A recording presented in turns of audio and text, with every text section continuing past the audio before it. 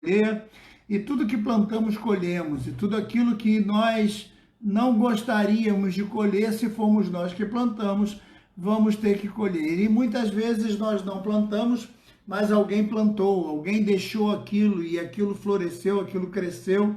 Então não importa quem tenha plantado. Lembrem-se lá da planta no meu quintal lá, e cresceu aquela amendoeira enorme, e depois para tirar deu uma trabalheira tremenda. Então há coisas que são plantadas. O que, que pode ser plantado dentro do coração das pessoas, tirando essa questão material, pensando apenas na questão espiritual, já que estamos falando de plantar no sentido material e plantar no sentido espiritual. Eu posso plantar no sentido material, construindo uma casa. Eu posso construir meus bens, eu posso deixar de herança para os meus filhos propriedades, eu posso deixar, quem sabe, carro. Enfim, são coisas materiais que eu posso deixar como herança para que eles usem. Ou eu posso ser uma pessoa completamente alienada da vida e deixar um monte de dívidas, deixar para eles um nome desonrado, né? Deixar para eles uma tristeza de saber que são filhos de uma pessoa cujo caráter é tão doentio, tão duvidoso, tão problemático, como devem ser esses filhos destes homens que agora estão aí todos enrolados com a justiça. Eu fico pensando, meu Deus do céu, que tristeza, que vergonha deve ser para um filho, para uma filha, ver o pai algemado, ver a mãe algemada, né? E ver essa situação toda acontecendo.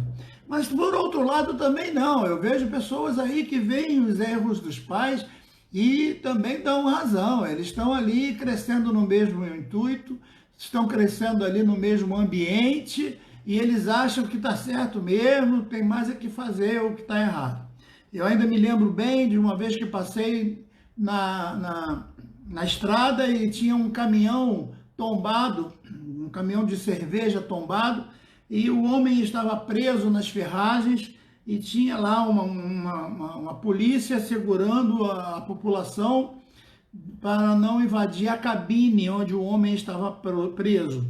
Mas a polícia nada podia fazer em relação à mercadoria e todos estavam roubando aqueles caixotes de cerveja, roubando tudo. Enquanto o pobre do motorista agonizava, morrendo lá, preso nas ferragens, aquela população que poderia ajudar desamassando aqueles ferros, desamassando aquelas portas, para quem sabe tirar aquele homem daquela situação, cada um estava muito mais preocupado em roubar as caixas de cerveja. Então, esse é o caráter que nós estamos vendo sendo moldado na sociedade de um modo quase que geral, graças a Deus, salvas muitas exceções, né? E, infelizmente, essas pessoas estão acompanhando. E vê lá o pai com o próprio filho, acompanhando lá, roubando a caixa de cerveja. Então, é uma coisa de maldição que vai passando de pai para filho e não há um reconhecimento, não há um olhar puro da linha do certo e do errado, porque isso já foi burlado durante muito tempo. E é sobre isso que a Bíblia quer nos alertar. E é exatamente esse tipo de coisas que eu gostaria de levantar no meu estudo, quando já comecei a levantar ontem. Não importa quem plantou, o importante é que a árvore tem que ser tirada. E algumas coisas dentro dessa questão a gente pode olhar e pensar. Por exemplo, vocês já pararam para pensar por que tanto ódio ronda Israel? Por que Israel é uma nação tão amada por uns e tão completamente odiada por outros? Quando esse ódio foi plantado? Estava vendo no outro dia alguém falando em nome de um certo país, não vou dizer o nome, que não vale a pena, dizendo que eles estão doidos para conseguir a bomba atômica. E a primeira coisa que eles vão fazer, assim que eles tiverem condição de ter a primeira bomba atômica, vai ser utilizá-la contra Israel. Então veja, o intuito deles não é crescer na tecnologia, não é avançar para que o povo possa usar melhor essa questão atômica, né? Usar a energia nuclear para satisfazer a nação, melhorar os equipamentos, melhorar a energia do país, não. A única coisa que está na mente dessas pessoas é que através da energia atômica, eles podem construir uma bomba para destruir Israel. Então, destruir o outro é mais importante do que conquistar algumas coisas. E há pessoas que são assim, elas vivem tão em função do ódio que elas têm do outro, que não há alegria que a satisfaça. Por mais que elas se sintam alegradas, o ambiente delas, alguém tente alegrá-las, mas elas não se sentem alegres enquanto aquele a quem ela odeia estiver sendo bem sucedido. Então o ódio dela é tão grande que ela só vai conquistar a felicidade, o prazer, quando aquela pessoa que é o alvo do seu ódio também for atormentada. Só que, infelizmente, a justiça de Deus é extraordinária, que Deus faz com que aquela pessoa, às vezes, cresça, a pessoa progrida, e aí ela, por mais que progrida também, ela nunca vai ficar feliz, porque ela vê que a pessoa odiada, a pessoa por quem ela tem inveja, está progredindo. E esse é o erro de muita gente. Eu conheço muita gente assim, infelizmente, até no meio evangélico, a gente tem muitos crentes, muitos obreiros, pastores, que são assim. As igrejas são grandes, a vida deles é boa, recebem bons salários, vivem uma vida extraordinariamente abençoada, mas ainda tem uma espécie de olho diabólico. Você já viu aquelas coisas, aquelas mamoeiros cheios daqueles mamões enormes? É o tamanho do olho dessas pessoas, que ficam nas coisas dos outros, na vida dos outros, no interesse dos outros, e eles não conseguem viver bem, não conseguem dividir, né? Não conseguem dividir. Agora mesmo, quando começou essa questão de live, todo mundo fazendo live, alguém disse para mim: pastor, eu não vou mais frequentar a sua, não vou mais poder assistir a sua, porque meu pastor também começou a fazer. Eu digo, glória a Deus. Eu falei, opa, que bom, mais uma live sendo feita, mais uma pessoa fazendo live a respeito de Jesus, mais um pregando o evangelho.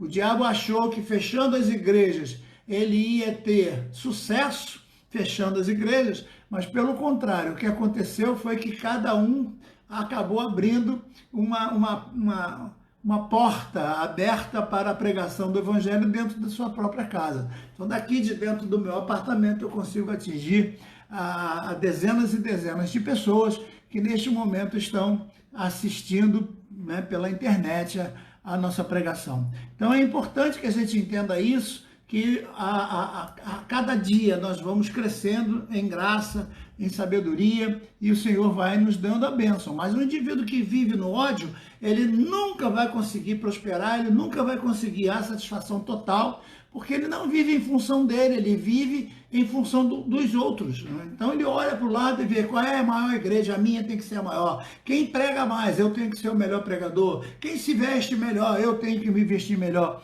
E acaba não vivendo, ele vive tão preocupado com os outros que acaba não se deliciando das coisas maravilhosas que Deus tem. Mas infelizmente todo esse ódio que nós vemos hoje, dessas nações todas chocando-se uma com as outras, isso tem tudo a ver com a vida desses homens do passado, e tudo nasceu lá no passado, lá atrás. Então, o porquê de tanta coisa está acontecendo hoje entre Israel e sua vizinhança, entre Israel e os árabes, né? Então você vê Jordânia, você vê o Irã, o Iraque, o próprio Egito, que se coloca a favor muito mais por causa dos Estados Unidos, mas se pudesse também iriam, porque a maioria do povo é árabe também.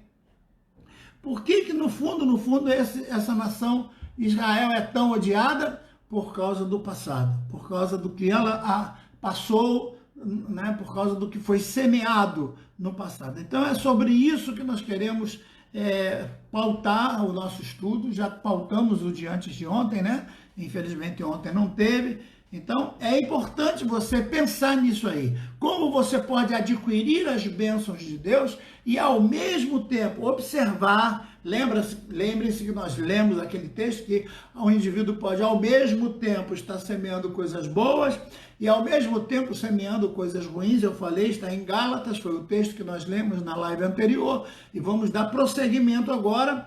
Então, veja, como você pode vigiar para não permitir que esses frutos malignos cresçam, porque é quase que impossível você vigiar ao ponto de não produzir. Outra coisa importante é você olhar para a Bíblia e não ficar procurando super-homens. Eu fico meio triste quando vejo alguns pregadores se referindo aos homens da Bíblia como São Paulo, São Pedro, São fulano de tal, São Beltrano. Não tem São. O único São na Bíblia, que é santo, é Jesus Cristo.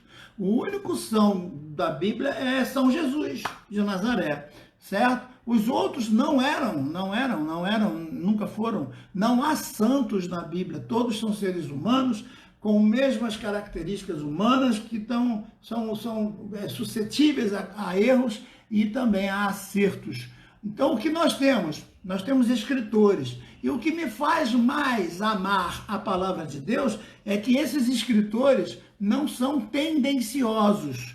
Hoje, por exemplo, não sei se você viu, parece que hoje não teve Covid em lugar nenhum. Hoje ninguém falou em Covid, hoje ninguém falou em morte por Covid. Por quê? Porque prenderam alguém aí e esse alguém, pronto, ocupou todo o noticiário de todo lugar. Então ninguém mais pensou em Covid, ninguém mais pensou em morte, ninguém mais pensou em doença, porque é uma notícia que está agradando, então corre todo mundo para lá, como se fosse aquele bando de abelhas aí atrás do mel, né? E aí esquece um pouco as outras coisas, né? Então é o que você vê, porque no fundo, o que essas pessoas vivem das desgraças, dos desprazeres dos outros. Mas como nós vamos viver? Olhando para a Bíblia, nós vamos ver pessoas que cometem erros, pessoas que cometem muitos erros. E nós temos que aprender também com esses erros. E por isso nós temos que ter cuidado quando lemos a Bíblia. Porque a Bíblia não é como a reportagem que só quer saber das notícias, e por isso hoje ninguém falou em Covid, todo mundo correu para falar a respeito da prisão de alguém e esqueceu do outro lado, né? Porque eles só estão voltados para um lado. E eu fico impressionado de ver os autores bíblicos, os autores sagrados, porque quando eles narram os acontecimentos, mesmo que eles estejam envolvidos no acontecimento, eles não se excluem. Por exemplo, Mateus, quando escreve lá a respeito dos discípulos abandonando Jesus na hora da cruz, Mateus, era discípulo. Ele também era um dos que abandonou. E ele não coloca lá, não, eu estava de perto, eu só não fui porque o meu pé estava machucado, eu só não fui porque eu estava com a gripe, eu estava com vírus, por isso que eu não fui porque a mamãe estava doente, e dá uma desculpa qualquer. Não, ele diz, eu também, todos abandonaram. Todos, inclusive ele que está narrando a história. E é isso que faz com que a gente olhe para a Bíblia como um livro autêntico, porque não há nele nenhuma vontade dos autores em defender ou em maquiar as histórias. Quando as pessoas acertam, eles contam os acertos. E quando as pessoas erram, eles também contam o que elas erraram. E é importante você entender que sempre que a Bíblia narra o erro de alguém, é para o nosso entendimento. Então nós também precisamos aprender com os erros dos outros. Eu já falei aqui em algumas lives, vou falar de novo, e outras vezes, tantas quanto puder, vou continuar falando. O sábio aprende com os erros dos outros. O sábio não aprende com os próprios erros. Quem aprende com os próprios erros é o tolo. O tolo erra, apanha e aí aprende. Ele é tolo. Ele erra, apanha e aprende. Aprende porque apanhou. O sábio não, o sábio fica de olho. Quando vê o outro apanhando, ele diz o ditado que ele bota a barba de molho e diz, opa, peraí, eu não vou fazer não, porque fulano já está apanhando, eu não vou apanhar também, que eu não sou tolo, certo? Então, o sábio aprende com os erros dos outros. O tolo aprende apanhando, ele tem que apanhar, não adianta, ele tem que apanhar, ele tem que botar o dedo na eletricidade para saber que dá choque, ele tem que botar o dedo lá no lugar onde está quente para poder ver que está quente, depois não põe mais. Então o tolo aprende, infelizmente, apanhando. Mas existe o louco. O louco é aquele alienado por completo, aquele indivíduo completamente destituído de competência espiritual e mental para poder identificar o erro. Então ele não consegue identificar, não consegue, ele não identifica. Então ele vai sempre apanhar e sempre cometer os erros e sempre apanhar.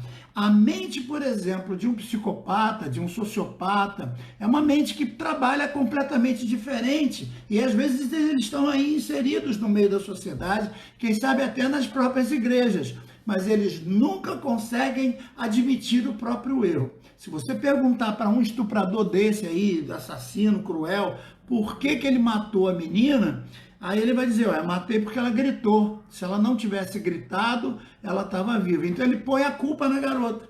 A pobre da menina gritou, então por isso ela merece morrer. Por que você atirou no menino que você assaltou? Porque ele correu. Se ele não tivesse corrido, eu não dava um tiro nele. Então ele sempre tem um motivo para se desculpar do seu mal feito, do seu mau caminho, da sua má procedência. Ele põe a culpa em alguém. Lembrem-se que eu já falei sobre isso, quando Deus procurou Adão, onde tu está? Adão disse o quê? Foi a Eva. A Eva, e foi o Senhor que me deu. O Senhor me deu essa Eva aí. Ela está com defeito, tem que trocar. Me dá uma outra Eva aí. Tem outra costela aqui do lado. Não dá para o Senhor fazer outra, porque essa daí está com defeito. Foi ela que fez eu pecar. E aí Deus pergunta a Eva, o que você fez? A Eva vai e olha para a serpente e diz, foi a serpente. Eu creio que naquela hora o leão saiu correndo, né? A girafa rapou fora, o elefante também, porque a cobra lá, a serpente, deve também ter pensado em botar a culpa em alguém, porque a natureza do pecado é não admitir o erro. E quando você não admite o erro, você não se arrepende, você não reconhece o que está errado. E é necessário que, para que você não semeie coisas erradas na sua vida, você aprenda a corrigir os próprios erros. E nós vamos aprender esses erros olhando os erros daqueles que estão escritos na Bíblia e que erraram, que cometeram erros. Então eu queria com vocês olhar para a vida de um homem extraordinário, um dos homens mais importantes da Bíblia, cujo nome está exaltado pelo próprio Jesus quando fala a respeito do inferno naquela passagem que lemos lá de Lucas, e ele aparece como sendo o líder, o pai Abraão, que é pai da fé, é tido pelos próprios judeus até hoje como o pai de todos os pais, é o Abraão, aquele que começou todas as coisas. Mas veja, em Abraão começa a fé, mas em Abraão também começam outras coisas que nós vamos conversar aqui. Como é que era a característica desse indivíduo? Como é que era este indivíduo, este ser chamado Abraão? Vamos estudar um pouquinho a respeito dele. Porque hoje a gente escuta sempre essas frases assim, ó, puxa vida, eu criei meu filho na igreja e ele agora está fazendo essas coisas. Ué, será que criar na igreja é a mesma coisa do que criar nos caminhos do Senhor? Porque eu vejo muita gente levando o filho para a igreja e o filho fica brincando. Eu, particularmente, fico em cima, na nossa igreja, pelo menos, onde eu posso ter essa autoridade, de o que está sendo ensinado para as crianças, como está sendo o culto lá das crianças, porque essa ideia de cultinho para criança, onde a criança só vai para brincar, isso tira da criança toda a espiritualidade. Então, e outras nem isso tem, então o que acontece? A mãe está dentro da igreja, está orando, está na obra do Senhor, entre aspas, e os filhos estão na rua, soltando pipa, jogando bola, correndo atrás não sei do que, fazendo só sabe-se lá Deus o que. Então, que tipo de aprendizado está tendo essa criança?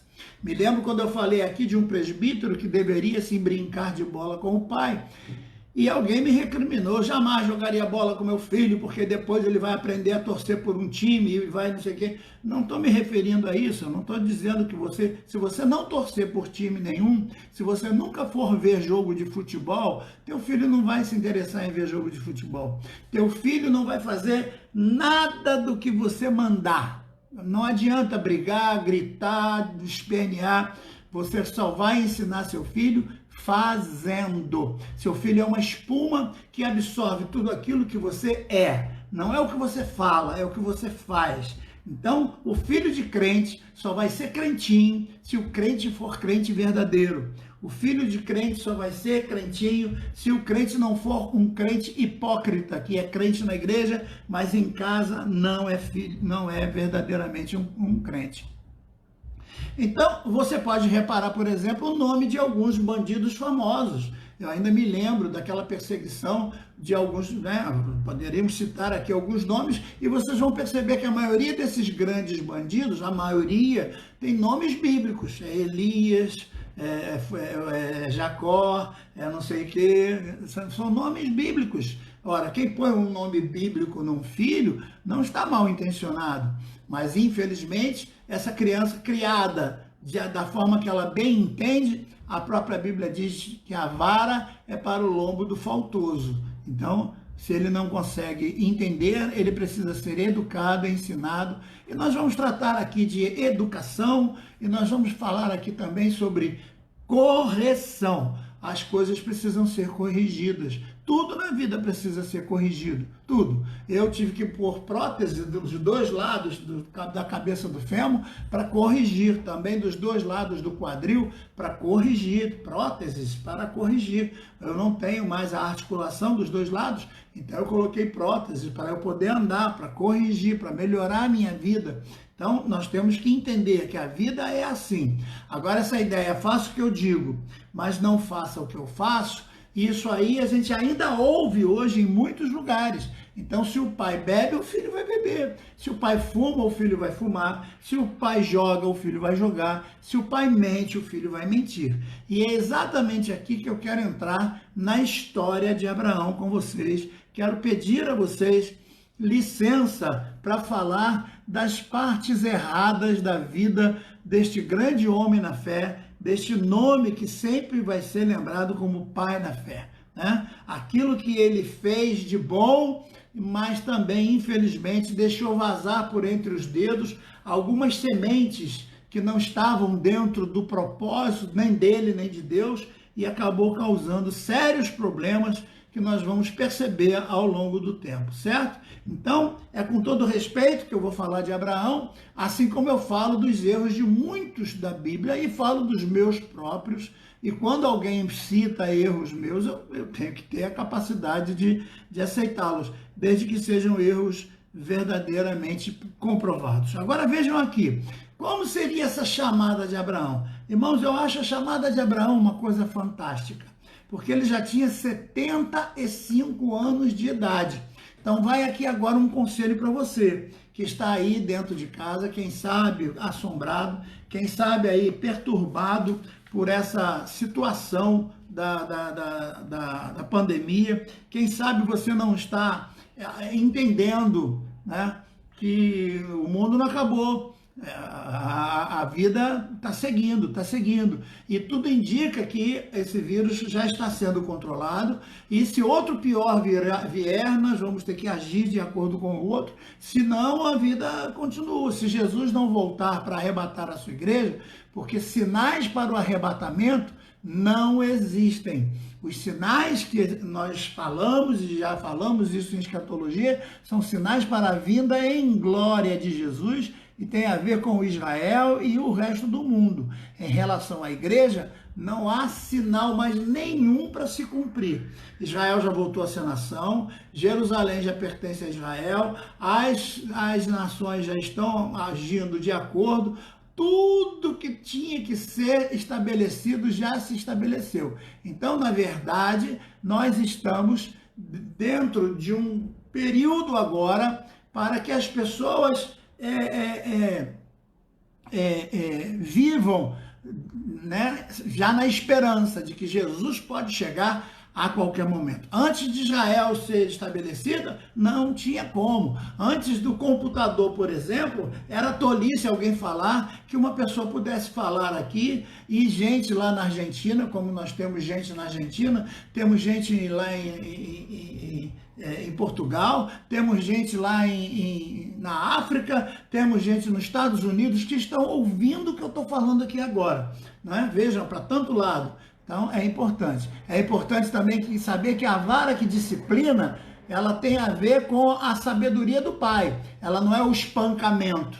Não é pegar a criança e deixar a criança toda arrebentada, toda machucada, porque isso é espancamento. E a Bíblia diz que os pais não podem ser espancadores. Então, esse negócio de beliscar, de apertar, de marcar a criança, de sangrar a criança, isso é completamente falta de controle.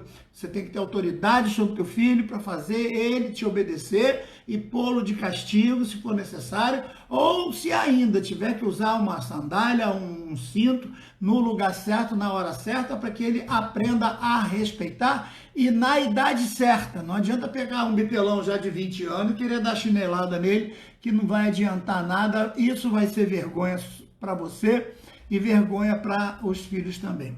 Mas eu uso Abraão aqui como exemplo para todas essas pessoas que estão agora. Muitos estão escrevendo para mim dizendo: pastor, eu acho que nosso tempo já acabou.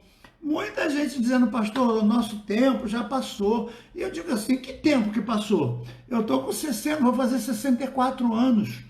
Eu não passei tempo, eu estou cansado, estou velho sim, reconheço que estou velho, mas eu acho que ainda há muita coisa para ser feita. Eu não tenho mais a energia de antes, eu não tenho mais as pernas que me facilitam na locomoção. Alguém agora estava perguntando se tem condição de eu ir a Israel de novo ou não.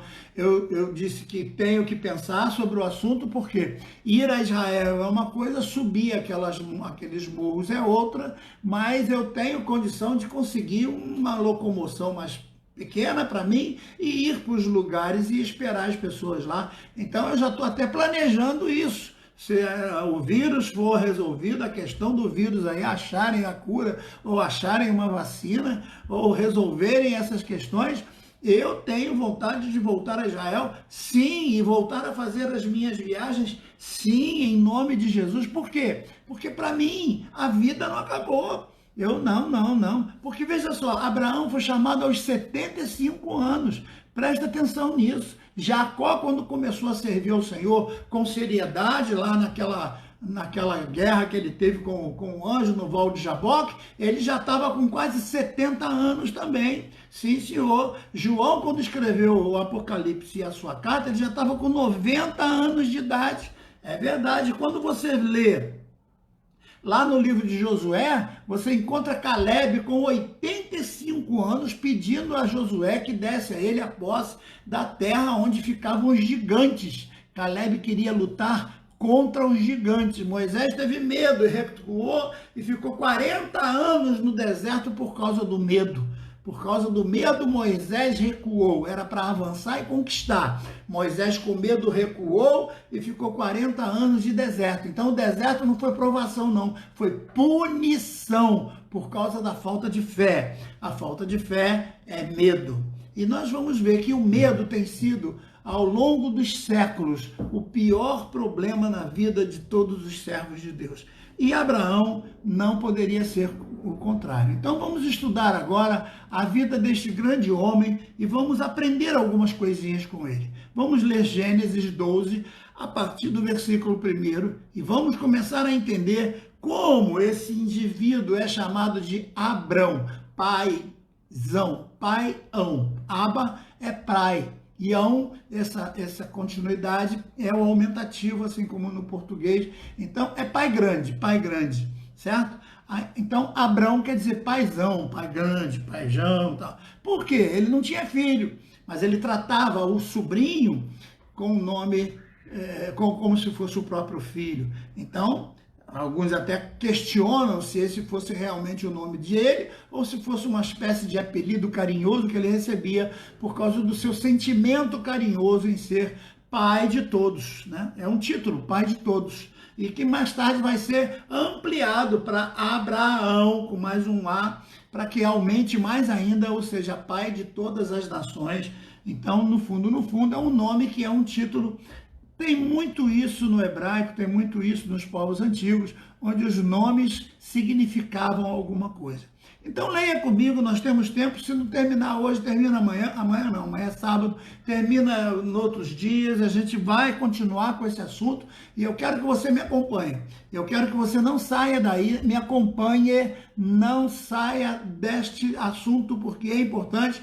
Isso pode estar acontecendo dentro da tua família, isso pode estar acontecendo dentro do teu lar, e você precisa aprender como é o procedimento de um servo de Deus diante de problemas como esse. Há momentos em que você tem que lançar fora, abrir mão. Abrir mão custa, abrir mão não é fácil. Como eu falei antes de ontem, às vezes expurgar um tumor dói demais, mas é necessário a gente lançar aquilo fora.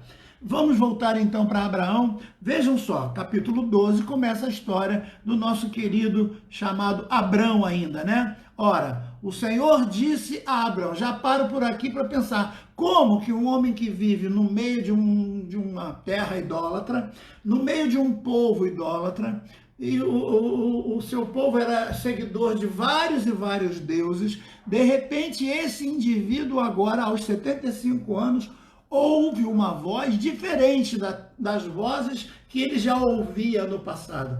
Então a ação de ouvir, ela envolve fé. Por isso é que eu digo, Abrão foi chamado por Deus, veio de Deus essa iniciativa. Mas Abrão focalizar e interpretar e aceitar essa voz como sendo uma voz de Deus e obedecer, veio dele, livre-arbítrio. Por isso que eu digo que as duas coisas existem na Bíblia, tanto a predestinação quanto o livre-arbítrio, e vocês precisam entender isso. Não adianta querer brigar, não adianta querer só de um lado ser do outro. As duas coisas caminham juntas na Bíblia. Você vê Deus tomando a iniciativa e o homem respondendo, aceitando essa iniciativa. Deus cria o mundo, o homem peca. Deus manda o substitutivo que é Jesus e o homem aceita esse substitutivo que é Jesus para que o pecado seja coberto. Então veja aqui no caso de Abrão.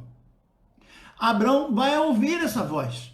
Que voz é essa? Uma voz. Como é que ele ouviu? Eu não sei, eu não estava lá, mas eu fico me imaginando como é essa coisa de ouvir Deus audivelmente, ouvir de repente, fulano, como foi Samuel? Ele vai lá em Elias, Samuel, o senhor me chamou?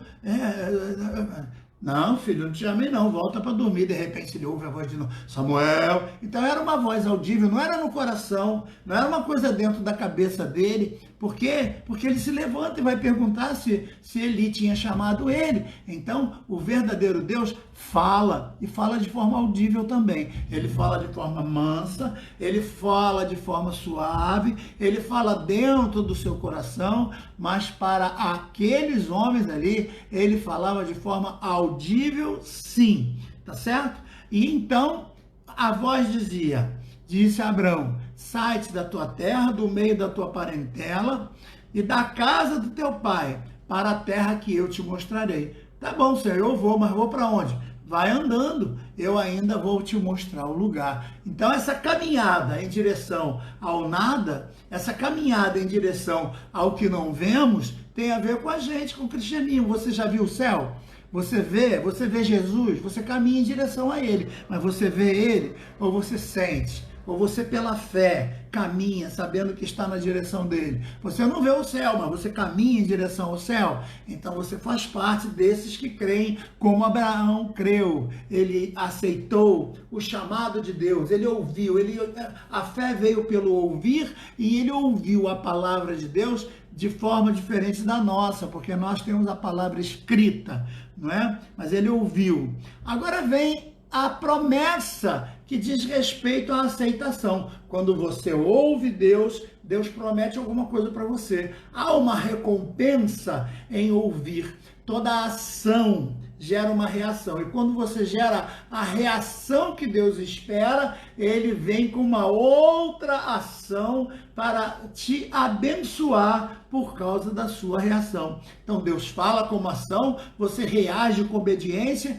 e ele vem de novo com uma ação de bênçãos e prosperidade sobre a tua vida. É o versículo 2. E far-te-ei uma grande nação, e abençoar-te-ei, e engrandecerei o teu nome, tu serás uma bênção. Caramba, se Deus falou isso para você de forma audível, no meio de todo mundo, Deus fez a voz dele ecoar, do que você vai ter medo agora?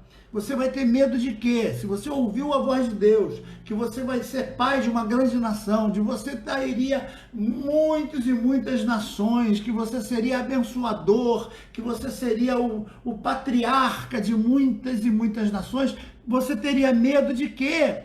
Versículo 3, e abençoarei os que te abençoarem, e amaldiçoarei os que te amaldiçoarem.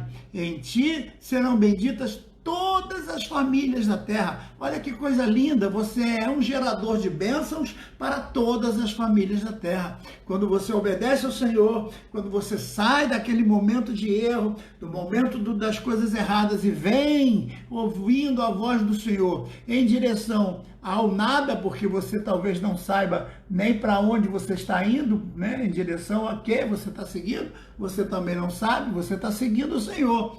Não, nesse momento, Deus está dando a você as bênçãos da hereditariedade. E aqueles que forem com você, aqueles que te abençoarem, serão benditos.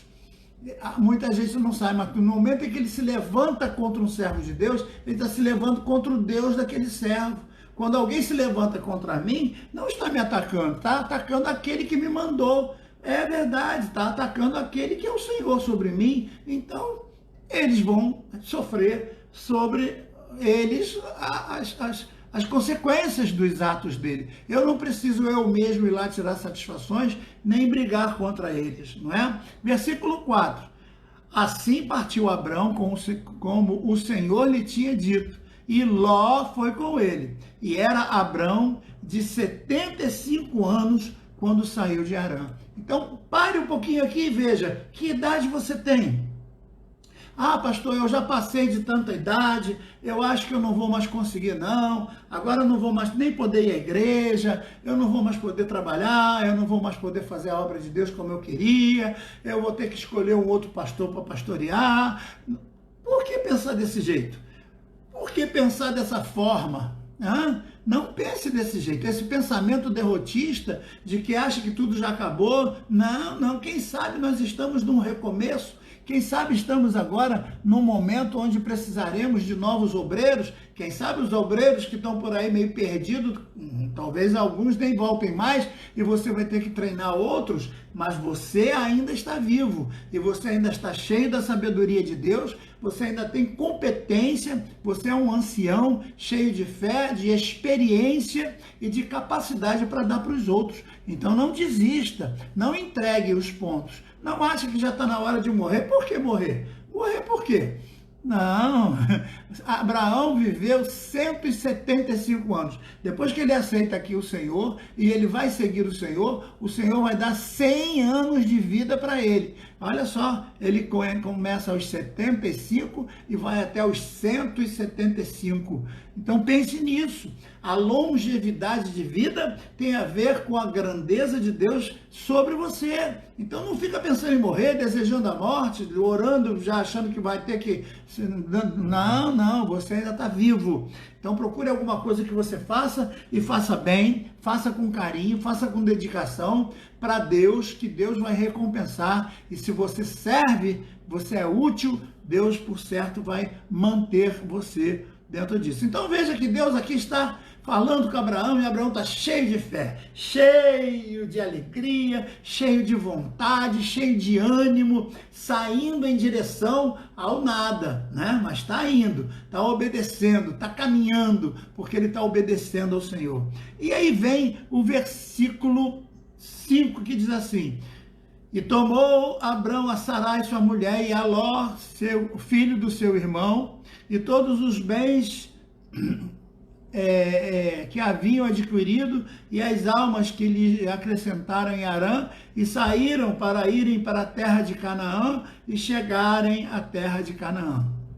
Versículo 6, e passou Abrão por aquela terra até o lugar de Siquém, até o carvalho de Moré, e estavam ali os cananeus naquela terra, os filhos de Cã. Lembra que Cã os filhos de Noé, né? Sem, Cã e Jafé, certo? Então, os cananeus possuíam aquela terra. E agora o 7, meus irmãos, que na minha opinião é o mais extraordinário, é o mais glorioso desse texto, é o versículo 7, porque antes ele ouviu o Senhor. Antes ele conhecia o Senhor por ouvir falar, porque alguém, a voz foi audível, ele ouviu a voz. Mas ele poderia se confundir de alguma forma. Mas agora o versículo 7 é fantástico. Eu fico olhando esse versículo 7 aqui e eu fico, às vezes, irmãos, meditando que grandeza, que coisa maravilhosa, que coisa especial deve ter sido. Porque diz assim, ó, e apareceu o Senhor a Abrão e disse, a tua descendência darei esta terra. E edificou ali um altar ao Senhor que lhe aparecera. Então ele não só ouviu a voz de Deus, mas ele também viu, ele teve uma experiência espiritual fantástica, maravilhosa. Ele viu e ouviu, ele pôde contemplar o Senhor, e ele acabou edificando ali um altar ao Senhor, para glorificar ao nome do Senhor, para dar ali sacrifícios ao Senhor, porque é aquele momento do êxtase espiritual, onde ele está ouvindo Deus, ele está vendo Deus, ele está conversando com Deus, ele está no máximo da vida espiritual que alguém pode ter. Que coisa maravilhosa! Quando alguém está num momento como esse, o pecado não tem vez. Pensar em pecar como? Não tem como pecar, não tem como ter medo. Medo de quê? Você está cheio da graça, você está cheio do Espírito, você está cheio da bênção de Deus, você não tem ali nem como pensar em outra coisa. O culto está maravilhoso, está glorioso, está majestoso, você está se sentindo no céu, é como se o céu descesse ali para te abençoar, e você está se sentindo cheio da grandeza de Deus. Não é isso? Então, que coisa maravilhosa é esse versículo 7 em relação a tudo que estava acontecendo. Que experiência gloriosa! Eu nunca tive uma experiência dessa. Eu nunca tive a voz de Deus falando audivelmente. Eu já senti a voz dentro do meu coração, eu já senti a voz falando nos meus pensamentos. Mas assim, ouvir de forma audível, dessa forma assim tão poderosa, eu nunca vi, irmãos, eu nunca vi anjo. Já vi um clarão uma vez, que eu não tinha forma, mas anjo eu nunca vi. Tem gente que vê querubim, vê serafim, vê anjo toda hora, tem um anjo ali, tem um anjo lá, tem um anjo não sei aonde, não sei, tem até um hino que diz um anjo ali, um anjo lá, um anjo na porta, um anjo no altar. Tem gente que está vendo tanto anjo, meus irmãos, que só o sangue de Jesus para poder cobrir, né, tanto anjo assim. E, no entanto, a vida, a forma de testemunho, a forma de comportamento não é tão angelical assim, que a gente diga, oh, que maravilha de crente, né? Então, continuando, vamos agora para o versículo 8, que diz assim, e moveu-se dali para a montanha do lado do oriente de Betel.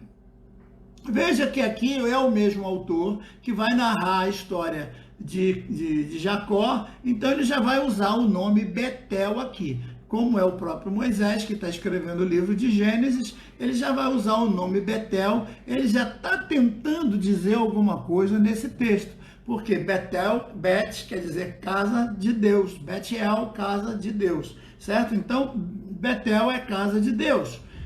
E ele vai agora armar a sua tenda, só que ele vai colocar a tenda exatamente entre Betel, que está vindo para o ocidente, e Ai para o oriente. Eu já falei aqui algumas vezes que na Bíblia o oriente é sempre um lugar perigoso.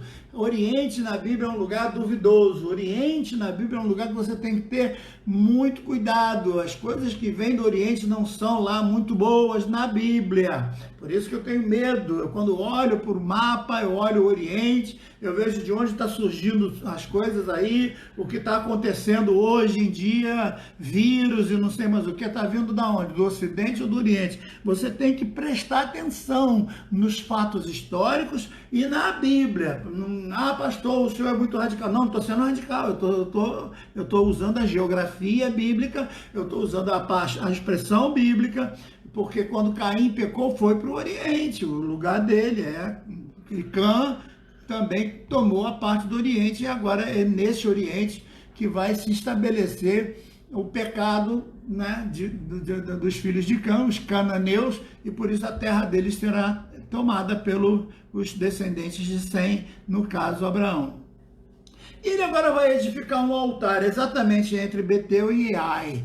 Betel significa casa de Deus, Ai significa monte de lixo. Então, eu acho interessante, se eu não estivesse tão preocupado com o restante da mensagem, eu ia parar um pouquinho aqui para explicar as pessoas que às vezes estão meio divididas entre a presença de Deus e um monte de lixo. Ele fica ali no meio, sabe? Ele não sabe se vai para a direita, para Betel, para o Oriente, para o Ocidente, ou se ele vai para o Oriente, para o pecado, para o monte de lixo, para se enveredar na lixeira, nas porcarias que estavam naquele monte de lixo, né? Ai significa um monte de lixo. É a tradução só, não estou dizendo que a cidade era, eu estou me referindo aos significados. E ali edificou um altar e invocou o nome do Senhor. Pronto, aqui ele está cheio de bênçãos, cheio da vontade do Senhor, que coisa maravilhosa. E o versículo de número 9 vai terminar. Depois caminhou Abrão dali, seguindo ainda para o lado do sul. Isso é importante, então presta atenção. Frise o versículo 4. Versículo 4 diz: E partiu Abrão com o Senhor, e era ele da idade de 75 anos. Frisa o versículo 7. Deus promete que vai dar a ele a posse da terra e uma descendência maravilhosa. Então dele iam nascer vários filhos para encher toda aquela terra e formar várias nações. Versículo 8, ele vai edificar ali um altar ao Senhor, porque o Senhor confirma a chamada e diz: olha, da tua descendência vai sair várias nações e todas serão benditas. Aí a gente não consegue entender o versículo 10. Não dá para entender o versículo 10, porque o versículo 10 não bate com o que está acontecendo. O versículo 10 vem completamente de encontro ao que está acontecendo aqui. Então o sujeito está cheio do Espírito Santo, está falando ali com Deus, está cheio do poder de Deus, está na casa de Deus, no altar do Senhor, está ouvindo Deus falar, está vendo Deus falar. Aí vem o versículo 10 que diz: e havia fome naquela terra. E aí, por causa da fome, o Abraão resolveu descer para o Egito. Ele sai daquela presença gloriosa por causa da fome. Meus irmãos, quantas pessoas, por causa das situações que estão em volta, tomam decisões das quais vão se arrepender por resto da vida? Quantas vezes nós saímos do lugar de Deus para irmos ao lugar que Deus não quer? Muitas vezes nós praticamos essas coisas. Saímos da igreja num culto fantástico, num culto alegre, onde a gente se enche da presença do Senhor, onde a gente se extravasa em línguas estranhas, onde a gente ouve cânticos maravilhosos, a nossa fé vai lá em cima, a gente sai todo contente. Mas ao botar o pé para fora da igreja, parece que as coisas mudam, parece que a pessoa esquece tudo, parece que a pessoa se transforma, parece que aquilo tudo fica dentro da igreja e a pessoa sai sozinha, porque aí o que o texto diz, havia fome naquele lugar e agora Abraão fica apavorado, se vê completamente destituído de toda aquela fé, de toda aquela grandeza, desce para o Egito. E agora, no caminho da descida para o Egito, o medo toma conta de Abraão. Abraão agora entra em pânico. Abraão agora começa a pensar em ser morto.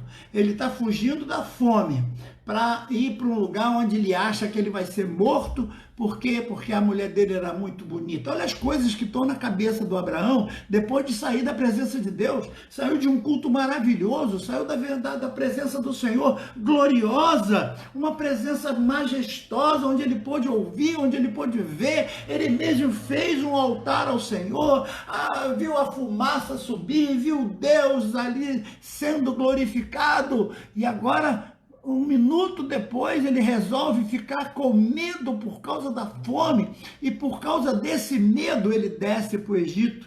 E, meus irmãos, o que ele vai fazer no Egito? Ah, meu Deus! Ah, Abraão, para que você desceu, Abraão?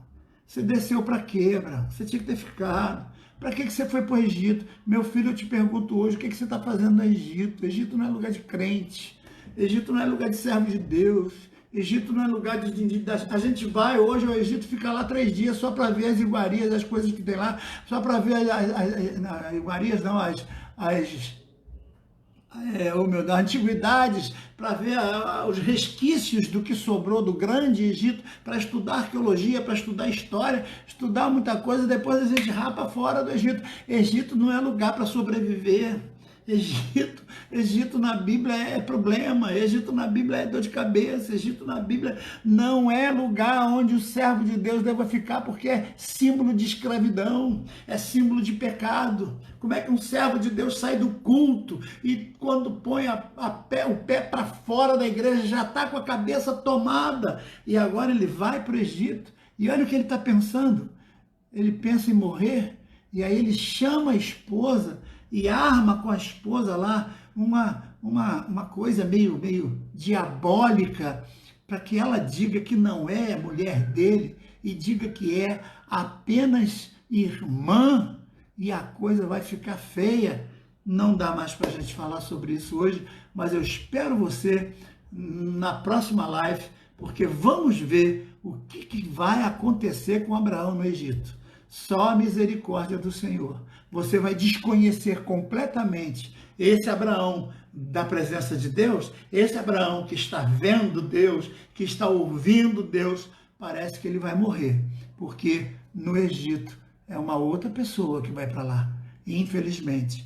Por que às vezes tomamos essas decisões? Por que às vezes somos levados pelo medo e o medo nos faz fazer coisas tão sérias? Por que somos tomados pelo medo se a nossa vida é por fé? A fé é a certeza, é a convicção, é aquela fonte movedora que nos leva para frente. O medo é o medo de morrer, é o medo do futuro, é o medo da incerteza, da insegurança. E como é que vai ser? E será que eu vou conseguir? E será que vai dar certo? E será que eu vou... E será que meu patrão vai... E será que a empresa vai a isso? E será que o será? Deixa esse monte de será na mão de Deus.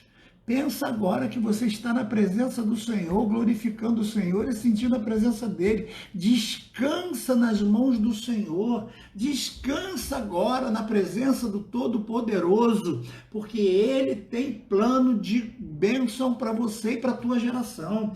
Todos que te abençoarem serão benditos, todos que te amaldiçoarem serão malditos. É Deus quem vai cuidar de você. Você agora está com medo de morrer, rapaz? E se morrer? Morreu é ganho. Para nós o morrer é vitória, nós temos o céu.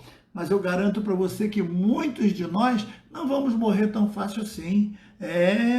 Nós vamos ter muitas lives para fazer, se abrir tudo, se descobrirem uma forma da gente se livrar desse vírus, ou então se eu conseguir um jeito de pegar esse vírus e não pegar o Covid e não ficar doente, ou então passar por esse momento de crise terrível e conseguir sair ileso, podem esperar, porque outras caravanas terão para outros lugares e muitos alunos eu ainda quero formar e muita gente ainda vai ouvir a voz desse velho dizendo glória a Deus e aleluia. Então eu espero que hoje vamos parar por aqui, não dá para a gente continuar.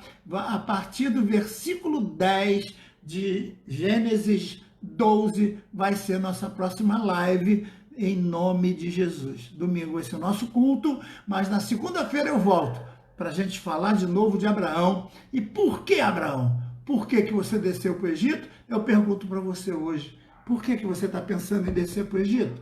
Por que você está apavorado com esse vírus? Por que você está apavorado com esse tal de corona? Você não está na presença do Deus Todo-Poderoso? Você não é servo do Deus Todo-Poderoso? Você não serve ao Senhor, que é o Senhor dos senhores, o Deus dos deuses, o grande Senhor de todos os... Por que você está apavorado? Então deixa Deus ser Deus, deixa Deus trabalhar como Deus. Amém, queridos? Que o Senhor nos abençoe. Fecha os teus olhos, porque nós vamos orar. Eu recebi hoje um pedido de oração por um amigo bem chegado, uma pessoa que tem sido muito carinhosa comigo. Ele chama-se Sóstenes, o nome dele é Sóstenes, e eu quero que você ore pelo Sóstenes. Ele está com Covid, está respirando com a ajuda lá de respiradouros, e é um amigo, uma pessoa da minha confiança, do meu relacionamento. Então eu quero que você ore por ele, assim como você ore também por todos aqueles que estão acamados, que me faltam o nome neste momento, né? Mas alguns estão pedindo já a oração ali, alguns já estão colocando inclusive o nome aí das pessoas que precisam